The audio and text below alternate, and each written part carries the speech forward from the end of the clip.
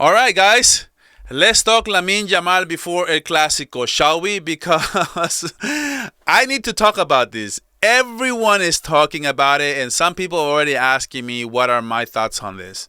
And look, Lamine Yamal really heated up El Clásico with the latest interview with Ibai Llanos. And honestly, I got a lot to say. But before I give my thoughts, I kind of want to make sure I make one thing crystal clear, okay? Before people go hating on the comments. I love Lamine Yamal. He is the most talented young player I have ever seen. The spark, the fearlessness, the trolling before Instagram posts before games, the Barca DNA we all fell in love with. But you know what? Loving players also means being honest when they cross the line. And I think this week he really crossed one. This isn't just hate for me. This is more honesty and perspective because I want to see this kid succeed for the next 10, 15, 20 years, not just trends for a couple minutes. Now, let's add some context to what Lamine Yamal and let's add some context to what he said in this interview. Okay, the first thing we need to know is that this wasn't a press conference, it wasn't a serious interview, and it was a relaxed conversation with Ibai Llanos, and trolling was part of the fun. And Lamine Yamal joked about Ibai by saying, you know what, I think you only came here because, and I quote, right, I think you only came here because I was going to be here. Lamine Yamal said that to Ibai. And then Ibai said, no, I've got a team here. I can care less what you think. I am here because I am here to support my team. So far, that was just a friendly banter, right? It was like part of the show. But then Lamine Yamal really dropped a bomb, and he really, in my opinion, went too far. And he goes down to say, Real Madrid are cheaters and complainers. And listen, I do hate this from Lamine Yamal. This is a terrible comment. Even in a joking setting, talking about cheating and conspiracies, and it's something that should be left out to the fans, to the reporters, maybe content creators like us, but not players, especially not before El Clásico. That kind of talk stirs up a lot of heat in the Real Madrid camp, and honestly, I get it. Players represent the club. They are part of a global brand, Real Madrid, Barcelona. They got sponsors, agents, and millions of young fans watching them, throwing around words like cheaters. I think it kind of crosses a line to be objectively speaking here. Even if he said that like half jokingly, in my opinion, and I can guarantee that his agent and sponsors don't love it either. He needs to tone it down. Too bad that his dad is also kind of a loose cannon. That's probably one of the reasons why Lamine Yamal is kind of fiery and it's very talkative like this. And probably not the best person right now, his dad, to advise him on what to say or like what to do. It's just, but still, this is something that Lamine has to learn very fast. This was overboard. I totally disagree with it, by the way. Fans can say whatever they want. No, that's part of football culture. But players, clubs, brands, presidents. I also don't love the fact that Laporta said we're gonna win this game. I think there has to be a certain level of respect, no matter what they think or what they say. Some sort of level of respect between clubs is it's always the right thing to do. And honestly, this is what happens. I think it's the TikTok era and the Twitter era. Everyone is so expressive, reactive, and sometimes they troll and they're just so eager to go viral with just one comment or one post. But for players and presidents, it is just simply not. It's just simply not professional, in my opinion. Now, the second thing I do want to say is the second thing Lamine Yamal said, and I'm going to be paraphrasing here. He said, "We are going to win, and I'm most likely going to score." And then Ibai Llanos tested him. And then he said, a 4-0 prediction? And Lamine Yamal said, I never said that. But it could be. Because we've already done it. Now, this one, I'm not going to lie. I love this one.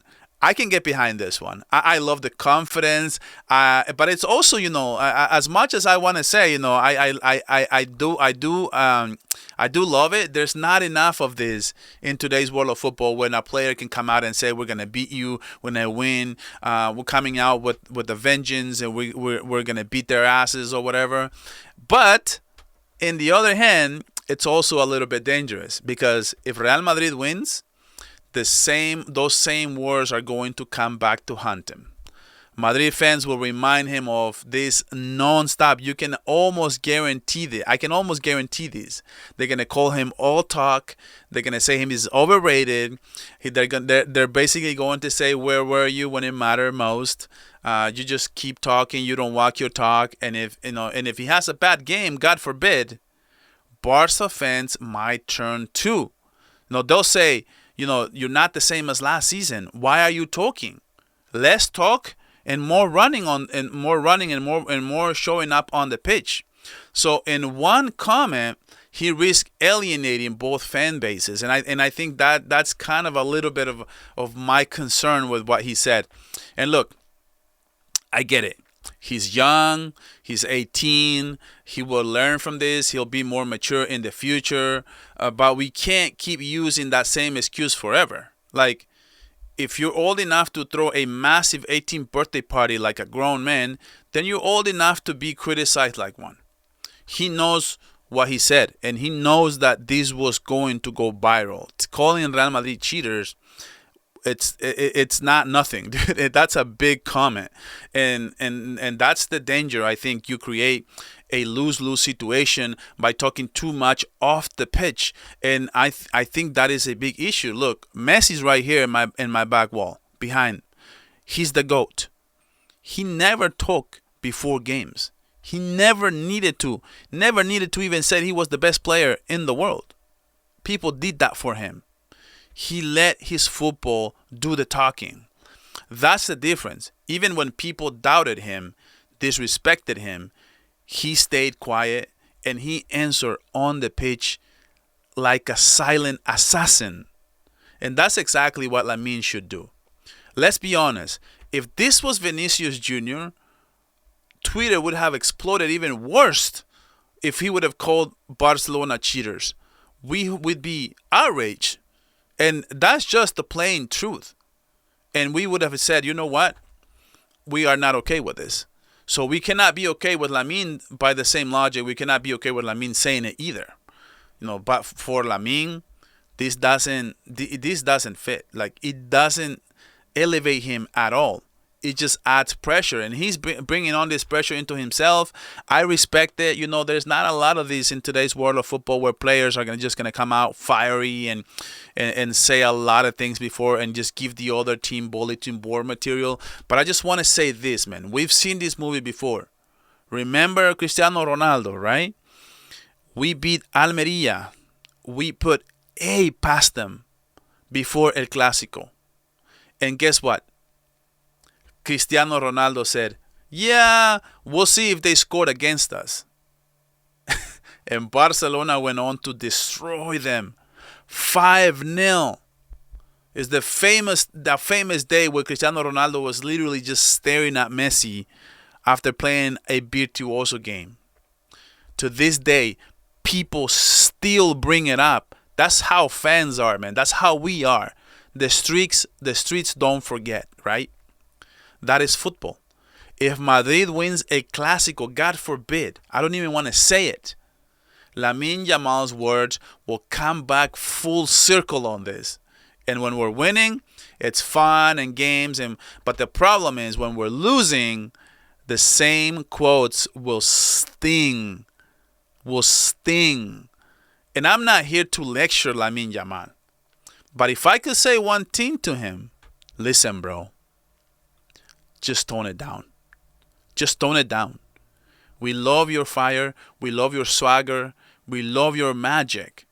But greatness doesn't talk.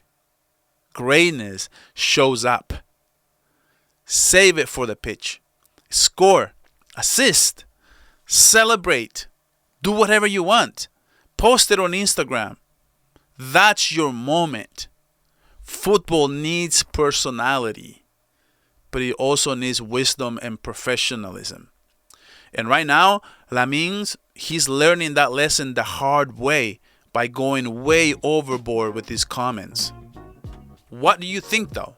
Do you like Lamine Yamal showing this kind of fire before El Clásico, going way overboard, calling Real Madrid cheaters, or do you think he went too far? Guys, let me know in the comments. And if you're new around here, listen guys, listen. If you're new around here, I want to appreciate everyone. Hit the like button, subscribe to Barca Volume, and let's keep building this community. I wish Barcelona all the luck in the world. Tomorrow morning, 8:30, against Real Madrid in El Clásico, biggest game of the year. Guys, we have to win this game. I need this win, man. I need this win. You guys have no idea how much. Guys, thank you for watching until the end. And as always, Visca El Barça, and I'll catch you guys after the game and with my thoughts on a video reaction. I will not have time to do my post-game show as usual, but I will upload probably 2 hours after the game. I will upload a video reaction. Guys, I'll catch you guys on the next one. Thank you. Peace.